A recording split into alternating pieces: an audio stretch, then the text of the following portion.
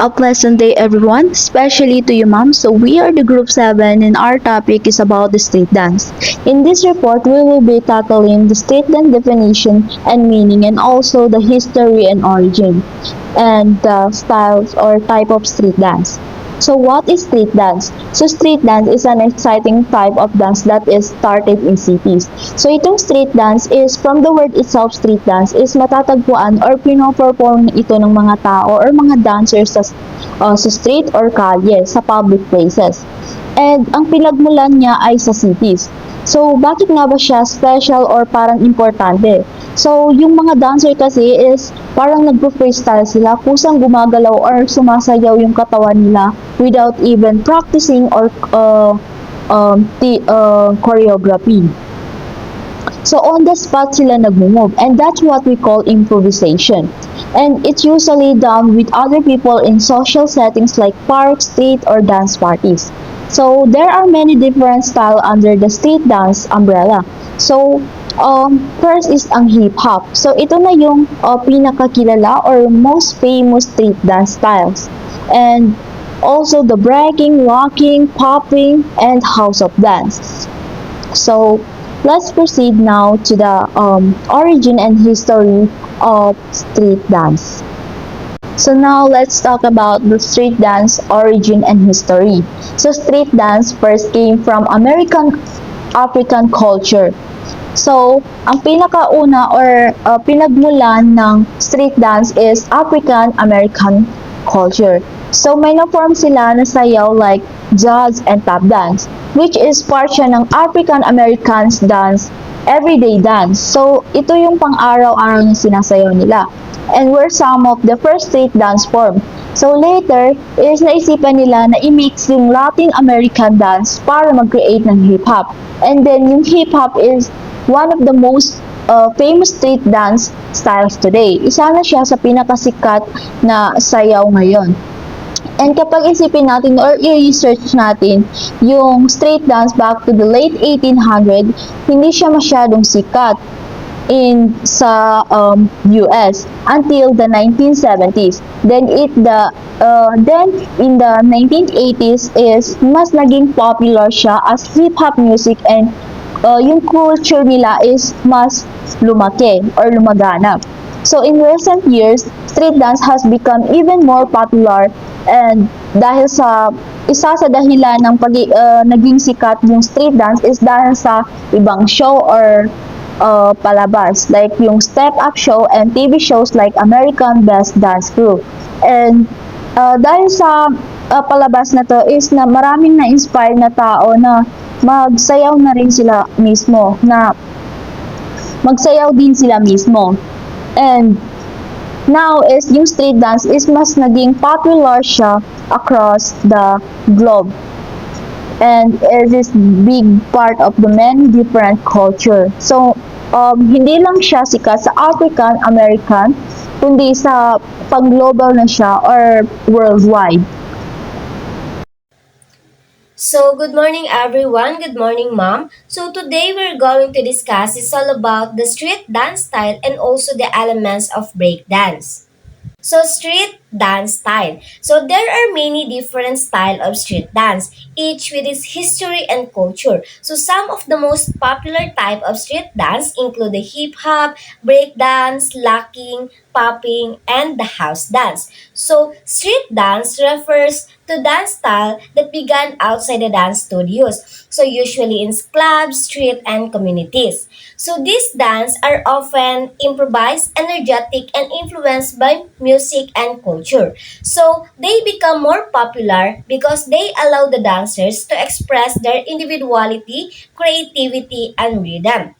So, ang street dance ay may iba't ibang uri. So, bawat isa sa kanila ay may sariling history and culture. So, kumbaga, pinagmulan or pinanggalingan. So, later on, we will discuss the other reporter kung ano yung history and culture ng bawat street dance. And also, um, Isa sa most popular or pinakasikat na uri ng street dance is kabilang na dito yung hip-hop, breakdance, house dance, locking, and popping. So, bawat isa sa kanila ay may kanya-kanyang energy, vibe, and also ng rhythm. At the same time, pare-pareho lang po silang nagpapakita ng creativity and energy. A pleasant day to each and everyone, especially ma'am. I am by Asna Yubangan. So today I'm going to talk about the first element of street dance, hip hop. When we say hip hop, we are talking about the style of dance that comes from music and culture. So nagsimula ito siya in 1970s sa South Bronx, New York, kung saan ang mga young African, American, and Latino communities ang gumawa nito. So ginawa nila ang hip-hop to express themselves through jazz, tap dance, and break dance, especially para makipag-socialize and to communicate others. So in 1980s, diyan na lumaganap or naging popular na ang hip-hop. Napapanood na siya sa TVs, nagsushow na sila sa mga event because of music, because sa ginawa nilang music or sa background music nila. So we all know naman, nowadays, ang hip-hop ang palaging ginagamit. So we have four elements of hip-hop: the groups, party dance, old school step, and new school step. When we say groups, it is a basic step na ginagamitan ng bouncing, the way na pag-sway ng ating katawan or hands, and especially kung paano natin isabay yung katawan natin sa beat ng music. For example, warm-up. In party dance, it is a fun social dance na karaniwang sinasayaw ng pangmaramihan, which is energetic, madaling gayahin, and fun siyang sayawin, which is sinasayaw siya sa mga event or mga programs like Zumba. So in old school step, it is a old hip-hop, which is hindi yung mga music niya, hindi masyado ganun ka-emphasize, and yung mga sayaw nila, yung mga step nila, is hindi masyado ganun ka robotics or yung mga pang-new. And when it comes naman sa new school step, it is a modern step, which is ito na yung mga nakikita natin na mga moves ng mananayaw ngayong in this era, which is the way na yung pag-flow the way na pag-flow ng kanilang katawan is modern, and then yung music nila is masyadong emphasize and masyadong nagbi-beat sa kanilang dance, especially yung mga moves nila is masyadong mabibilis na. At isa sa pinakakilalang style ng uri ng street dance. So we have the elements of break dancing. First is the top rock, down rock, the power moves, and the freeze. So, sa top rock is, ito yung unang bahagi or first step ng break dancing. So, ang mga dancer is ginagamitan nila ng footwork, arm movement, and also ng body coordination. In short, parang introduction lang siya ng sayaw na pinapakita dito kung paano ka sumayaw sa first beat habang nakatayo. So, magpapakita po ako ng example ng top rock. Go!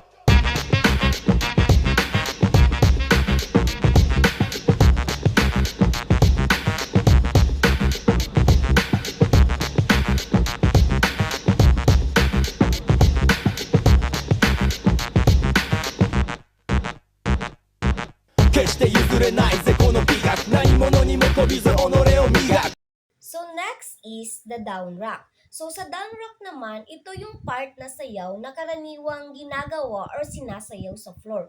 So ang mga dancer is gumagamit sila ng hands and foot, and also kinakailangan nila ng body coordination and also ng balance, because mabilis lang yung transition and also yung beat ng music. So this is the example of the down rock. Hôm nay anh đến pull up không phải cả đội.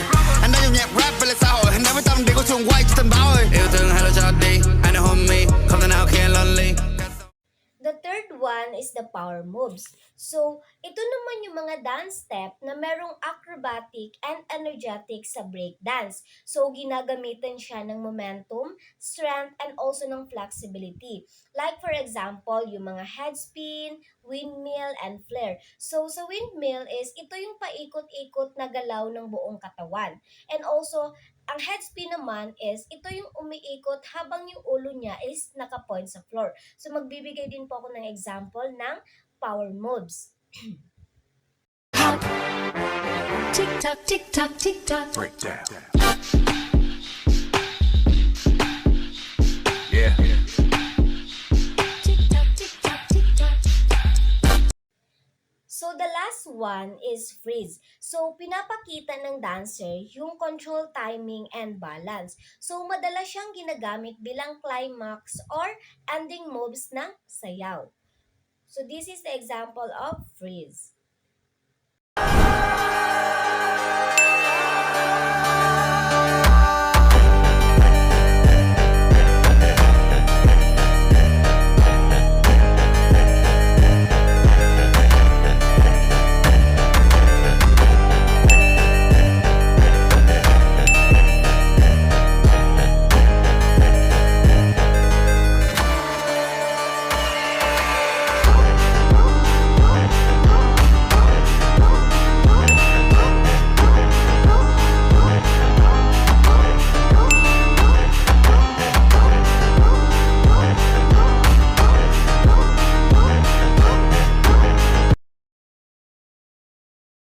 Good morning, ma'am. My name is Queen Adrisa Aidimokum, and I am the second reporters of Group 7.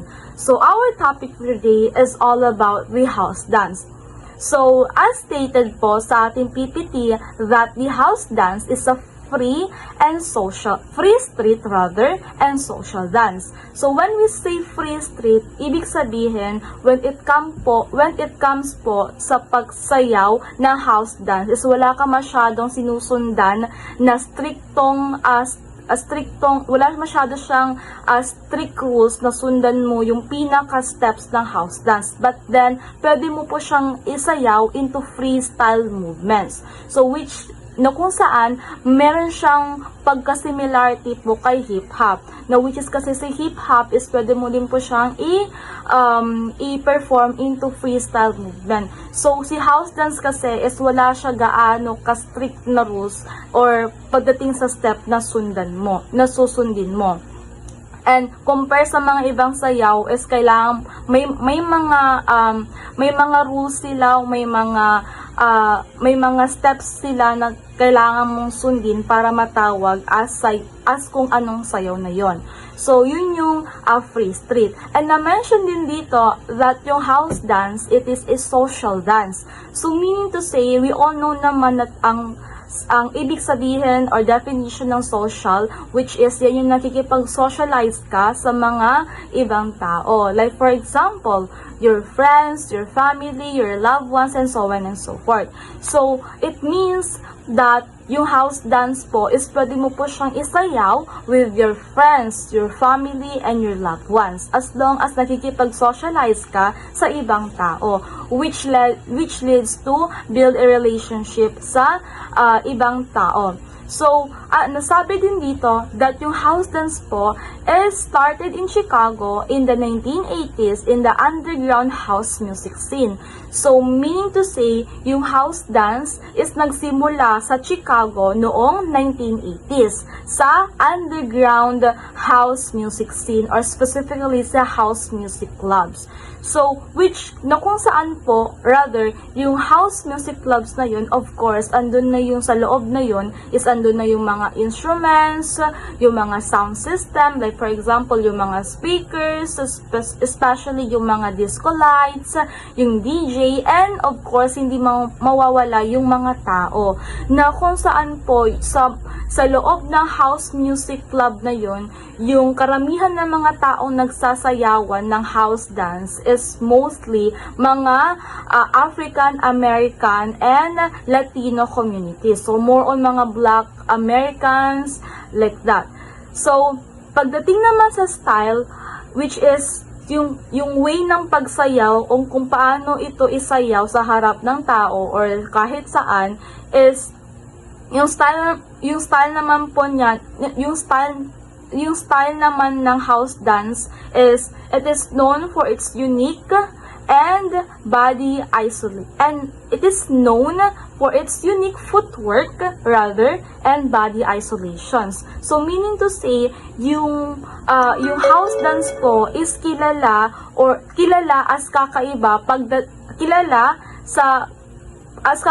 pagdating sa paggalaw ng mga ating mga paa, which is yung movement ng ating mga paa during sa pagsayaw natin ng house dance. And also, kilala din po yung house dance as kakaiba pagdating sa paggalaw ng ating katawan, which is yung body isolations. When we say body isolations, meaning to say, gumagalaw yung isang part ng katawan mo and the rest of your body is doing nothing, hindi gumagalaw. Expect yung paggalaw ng mga paa mo. Like for example lang, body isolation is yung chest isolations, yung head isolation, yung shoulder isolation, yung rib isolation. Example is, like for example, yung head isolation, meaning to say, ang gumagalaw lang sa buong upper part of your body is only your head. So which is yun yung body isolation, specifically your head isolations. And the rest of your body is doing nothing expect sa paggalaw ng mga paa mo. Yun yung body isolation. Next one is and meaning to say po, yung pagsayaw ng style ng pagsayaw ng house dance is where the body moves in parts while the feet move fast. So again, the house dance yung pagsayaw ng house dance is yung some of your part of your body is moving, like for example yung shoulder isolation, and the rest of your body expect yung mga paa mo is nagmo-move ng mas mabilisan, depende sa beat ng music. So the early style, so yung early style naman po, in the beginning the movements were hard and sharp. So meaning to say po, before, yung pagsayaw o yung style ng house dance before, ng unang panahon, is dapat hard and sharp, which means that dapat matigas, and at the same time, dapat mabilisan yung galaw. And dapat daw yung hands is were tense. So ibig sabihin, once na ibagsak mo yung hands mo during sa pagsayaw mo, is dapat tense, dapat matigas din. And also, movements were fixed and the steps had to be firm. So in short, dapat yung pagsayaw mo yung style ng pagsayaw mo ng house dance before, sa unang panahon, dapat matigas, and at the same time is hindi ka gumagalaw or hindi ka gumagawa ng extra movements sa pagsayaw ng house dance or yung style ng house dance before. So, the evolution. Over time, the dance became more smooth and relaxed, leg movements become soft and springly. So, ibig sabihin, as times goes by kasi, nagbabago rather yung steps o yung style ng pagsayaw ng house dance.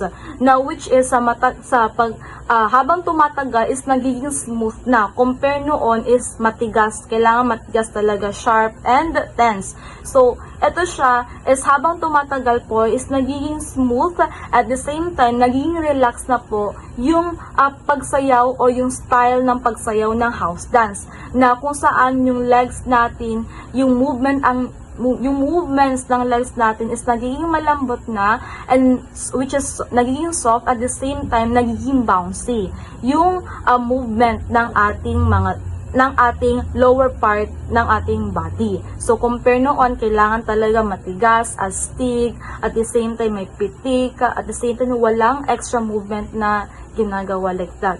So yun yung kanyang pagbabago o yung evolution ng house dance. So next one is we have also the main elements ng house dance. Una-una is meron tayong tinatawag na jack. So, a pulsing movement of the torso like the heartbeat of the dance. So, meaning to say ng jack po is sa upper part of our body is mostly yung gumagalaw lang po is yung sa torso part of our body. So, parang nag-wave-wave yung ating body. So, next one is yung footwork. So, which means yung footwork naman is fast and detailed movements of the feet. So, basically, yung paggalaw ng mabilisan ng ating mga paa. So, which is, nakafocus naman ito sa ating lower part of our body, specifically our foot or yung mga paa natin. So, the next one is what we call the lifting, smooth floor work with a bit of copier style. So it means that basically from the word itself, floor work, meaning to say is mostly sa sahig siya gumagawa ng movements. And parang tinatrapo niya po yung sarili niya sa sahig like that. Parang siniskate niya, parang gano'n siya, floor work, more on sa sahig to siya ginagawa yung lofting. So, last one is what we call the skating. So, gliding steps that look like skating. So, basically, from the word skating, from the words of skating, parang nag-skate ka lang yung steps niya sa sahig. So, in summary po, yung house dance is all about freedom, rhythm, and expression. So, it started as a hard and shard style but became smooth, experienced, and creative over time. So, that's all for my report, and thank you for listening. So, locking is a funky dance style that was developed in Los Angeles in late 1960. It is characterized by a combination of fast movements and freezing in a professional position for a short time, and then continuing the movement at the same speed. Locking is a dance to funk and soul. So, makikita nyo naman dyan yung basic step ng locking. So, ibig sabihin, ang locking is a funk style na nagsisimula sa Los Angeles noong late 1960. Kilala ito bilang isang mabilis na sayaw o kilos ng sumasayaw. So, yung mga sumasayaw ng locking ay tinatawag silang lockers. Ito naman ay ginagawa or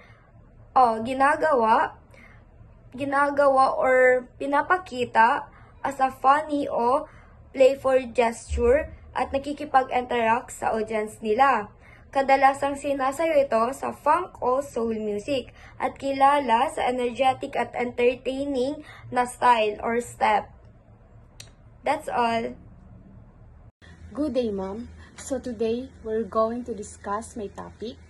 First is popping. So, popping is a street dance style that originated in Fresno, California during the 1960s. And also, isa din ito sa pinakauna at pinakamahalagang estilo sa street dance culture. And also, kadalasang inuugnay sa funk at hip-hop dance. And also, popping is kilala din dahil sa mabilis, biglaan, at matigas na paggalaw sa pamamagitan ng pag-construct at pag-relax ng mga muscles. Next is the pops hits. So, pops hits is, these are sharp, quick muscle construction used in popping dance style. So, ginagawa ito sa pamamagitan ng pagbigkas at pag-release ng kalamnan sa braso, dibdib, balikat o pinti. And the purpose nito is mabigyang diin ang beat ng music at gawing mas matalas at impactful ang sayaw.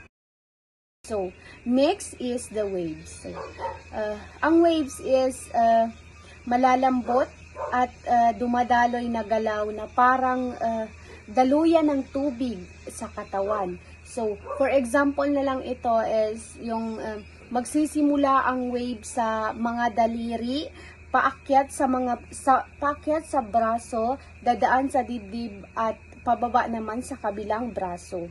So, the purpose nito, ma'am, is lumikha ng isang ilusyon na may enerhiyang dumadaloy sa buong katawan. So, next is the glide slope. So, ito ay mga teknik na nagpapakita na ang mananayaw ay dumudulas o lumulutang sa sahig sa sobrang kinis. For example na lang ito is yung moonwalk and side glide.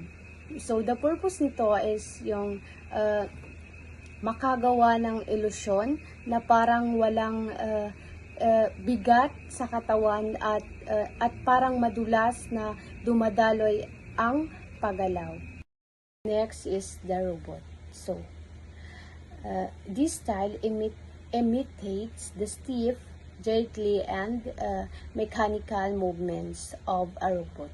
So, if often includes is as isolate movements and the joint or angular motions. So, the purpose of this is to make the dancer appear like a like robot with the precise controlled movements. And that's all. Thank you po.